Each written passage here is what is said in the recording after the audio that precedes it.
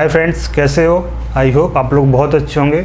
मैं सौरभ त्यागी मुखर्जी नगर न्यू दिल्ली में रहता हूं और आप लोगों को इस चैनल के माध्यम से MPPSC प्री 2020 की स्ट्रेटजी बताने जा रहा हूं। और मैं खुद यहां पे 4 साल से तैयारी कर रहा हूं और मैंने एक बार MPPSC मेंस लिखा है और 2019 का जो MPPSC था अभी उसका रिजल्ट नहीं आया, वो मेरा क्लियर है प्री, मेरे बहुत अच्छे नंबर है उसमें और मैं उसकी मेंस की तैयारी कर रहा हूँ।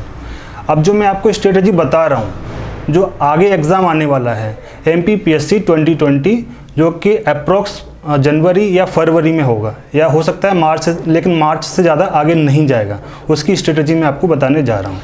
तो दोस्तों, सबसे पहले मैं आपको MPPSC प्री पेपर के बारे में बताने जा रहा हूँ कि कितने मार्क्स का होता है, क्या है क्या नहीं है। देखो दोस्तों, सबसे पहले मैं आपको पुराना पेपर दिखाता हूँ। ये MPPSC प्री का पेपर है, इसमें 100 क्वेश्चन होते हैं दोस्तों, ठीक है।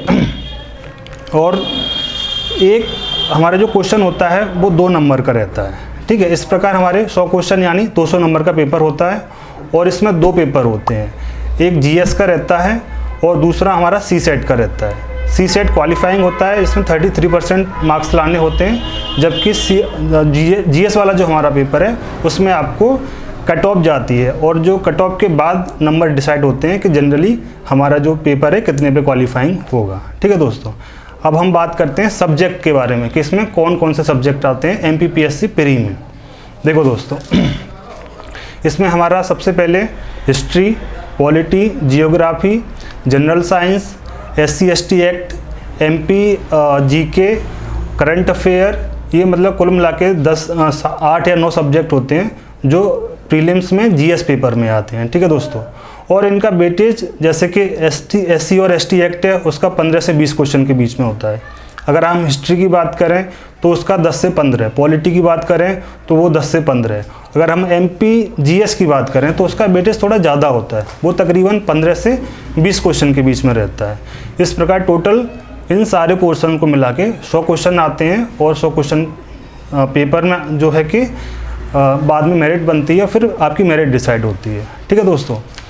अब हम आगे डिस्कस करते हैं कि कैसे पढ़ना है या अगर हमें MPPSC प्री क्लियर करना है तो हमें उसके लिए कौन कौन सी बुक्स पढ़नी होंगी प्री के लिए दोस्तों।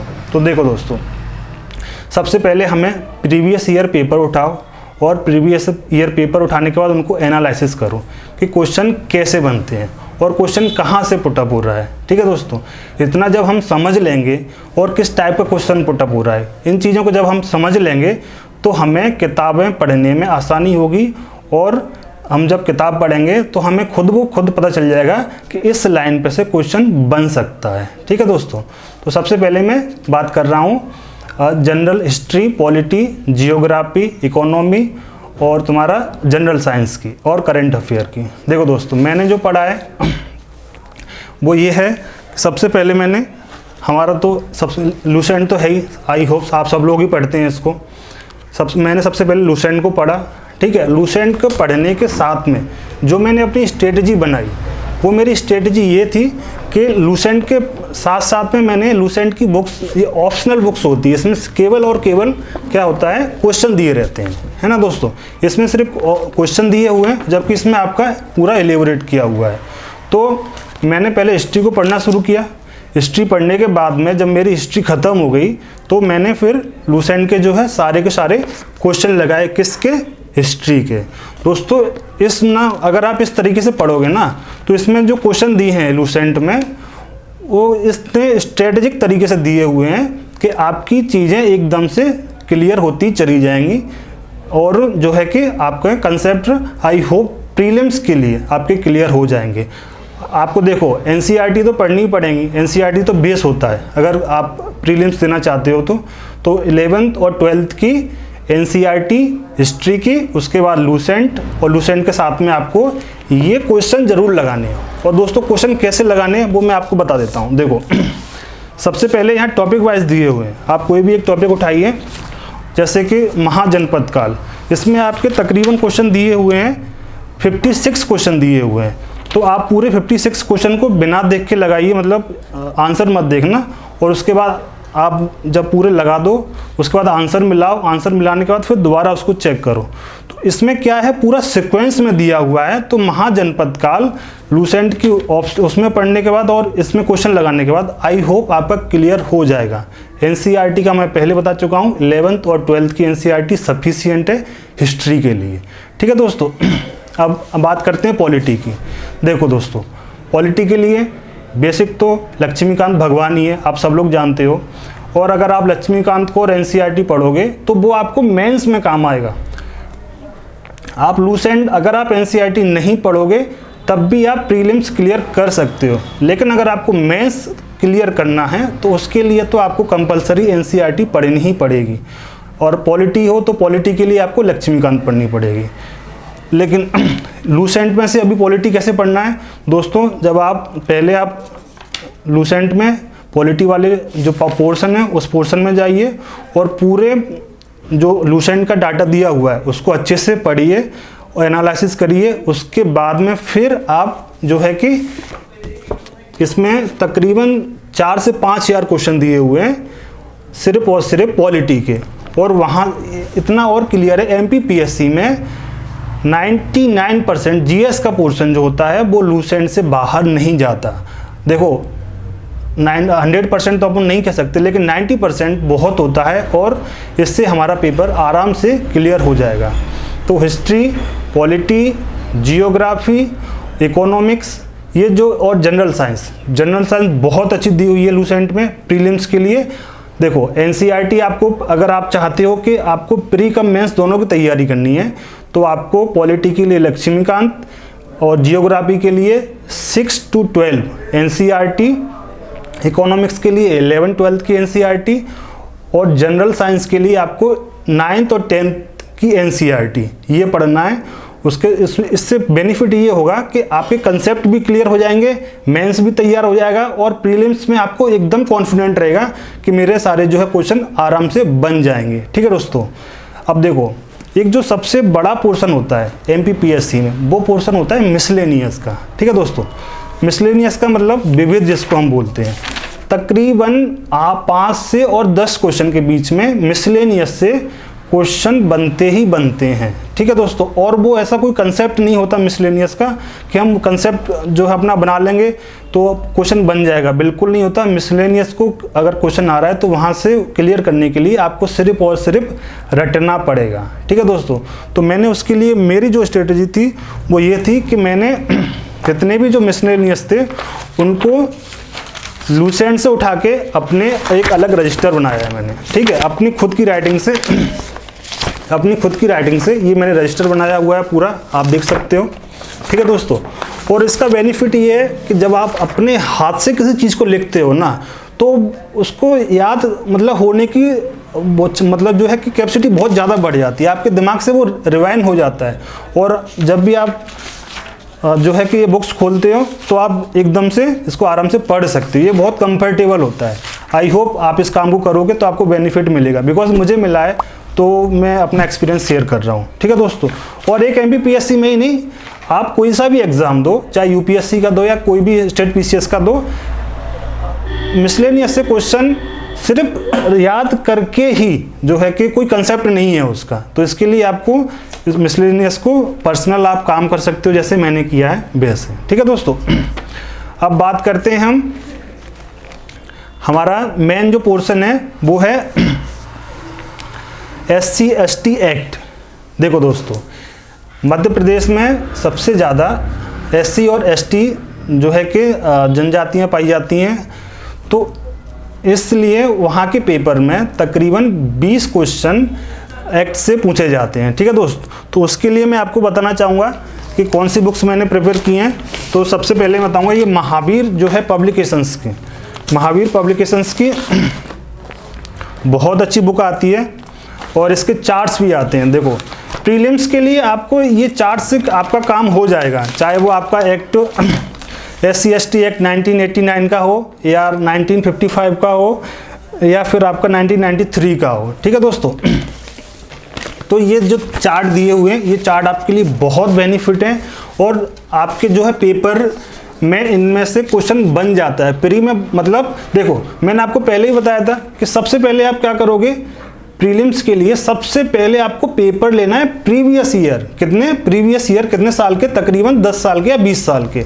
और आप उन पेपरों को बहुत अच्छे से एनालिसिस करोगे। एनालिसिस करने के बाद जब आप इनको पढ़ोगे तो आपको बहुत आसान लगेगा और समझ में आ जाएगा कि इस लाइन से क्वेश्चन बन सकता है हमारा।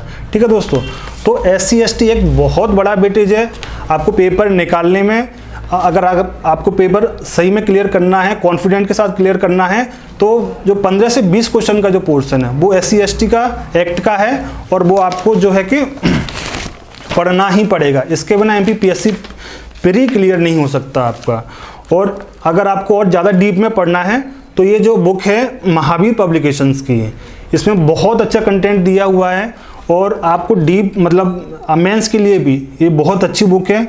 क्योंकि मेंस में क्वेश्चन बनते हैं SC ST एक्ट से, तो ये बहुत अच्छी बुक है भाई। तो इन दोनों को आप प्रेफर कर सकते हो दोस्तों। ठीक है, अब हम बात करते हैं MP GK की। ठीक है दोस्तों, MP GK के लिए मैंने जो प्रेफर किया है वो है, देखो प्रीलिम्स, मैंने प्रीलिम्स और मेंस दोनों को एक साथ में तैयार किया है।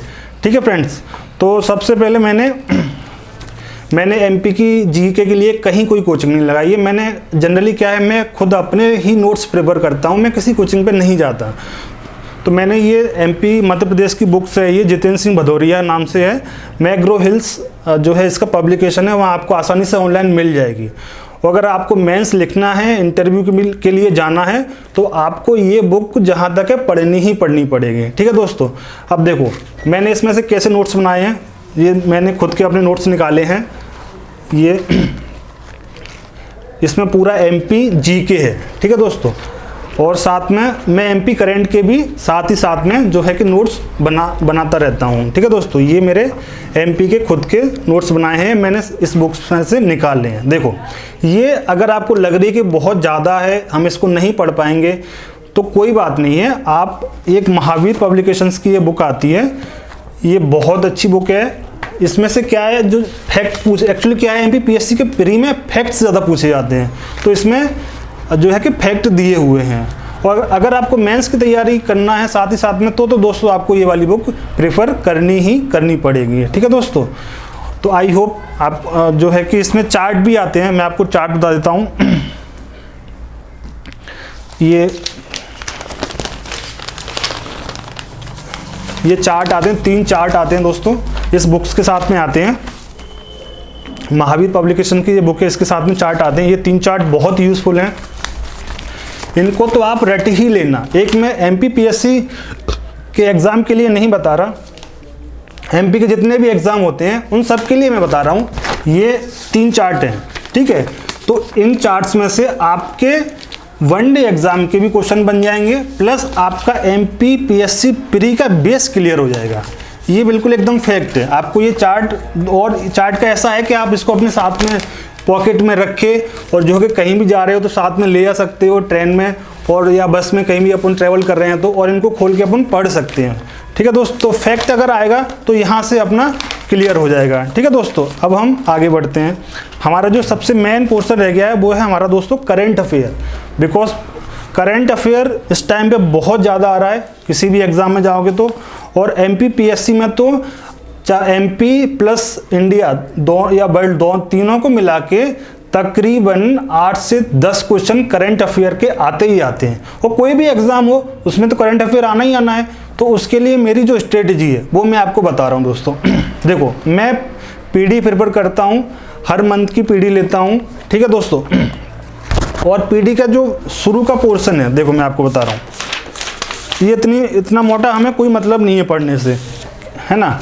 ये देखो, ये जो है बिल्कुल भी, ये मेंस का कंटेंट है पूरा। ठीक है, प्री के लिए इसका कोई यूज़फुल नहीं है।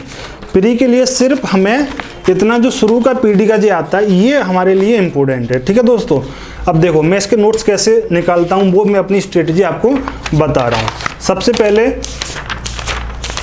मेरा एक खुद रजिस्टर बनाया है मैंने, हर महीने ये जो है कि इस रजिस्टर से मैं जो है लिखता जाता हूँ अपना पूरा, और जो है करंट अफेयर इसमें इंक्लूड करता जाता हूं। देखो दोस्तों, सबसे पहले आता है इसमें राष्ट्रीय घटनाक्रम। ठीक है, क्या आता है हमारा राष्ट्रीय घटनाक्रम। राष्ट्रीय घटनाक्रम में सबसे पहले हम टॉपिक देखते हैं, अनुसूचित जातियों जनजातियों के लिए विधायिका में 10% अवधि 10 वर्ष और बढ़ाने के लिए 26वां संशोधन। तो आप जब प्री के जो प्रीवियस ईयर पेपर है ना, उनको जब आप एनालिसिस करोगे ना, तो आपके माइंड में ये सेट हो जाएगा कि करंट अफेयर का क्वेश्चन कैसे बन रहा है। और जब आपके दिमाग में अगर ये सेट हो गया ना, तो फिर आप आसानी से यहाँ पे टिक करते जाओगे कि यहाँ से क्वेश्चन बन सकता है, यहाँ से क्वेश्चन बन सकता है। और ये जो एक्सपीरियंस है ना आपको दोस्तों, वो पेपर प्रीवियस ईयर पेपर देखने के साथ में एग्जाम भी साथ में देते रहोगे तब आएगा। इसके लिए थोड़ा सा आपको एक्सपीरियंस चाहिए। तो मैं हर महीने पीडी में से अपने नोट्स निकालता हूँ करंट अफेयर के। एक दिन का मेरा 1 या 2 दिन का काम होता है। साथ ही साथ में जो मेरे पुराने नोट्स हैं 4 से या 6 महीने के, 8 महीने के, साल भर के, उनको मैं एक पूरा दिन देता हूं और उनको अच्छे से रिवाइज करता हूं। यानी कि अगर मैंने नवंबर का करंट अफेयर मैंने अभी तैयार किया है, तो मैं लास्ट जो 1 ईयर का मेरा करंट अफेयर है उसको भी मैं रिवाइज करता हूँ। ये मेरी स्ट्रेटेजी है करंट अफेयर की, और मेरा जहाँ तक कोई भी उससे क्वेश्चन गलत नहीं होता। तो दोस्तों, आई होप आज मेरी प्रीलिम्स की स्ट्रेटेजी मैंने आपको बताई है। अगर आपको प्रीलिम्स की स्ट्रेटेजी अच्छी लगे और अगर आप चाहो कि मेंस की भी स्ट्रेटेजी मैं आपको बताऊं, तो आप बिल्कुल कमेंट सेक्शन में मुझे बताइएगा। हम नेक्स्ट वीडियो बना के मेंस की भी स्ट्रेटेजी आपको बता देंगे। I hope, thanks.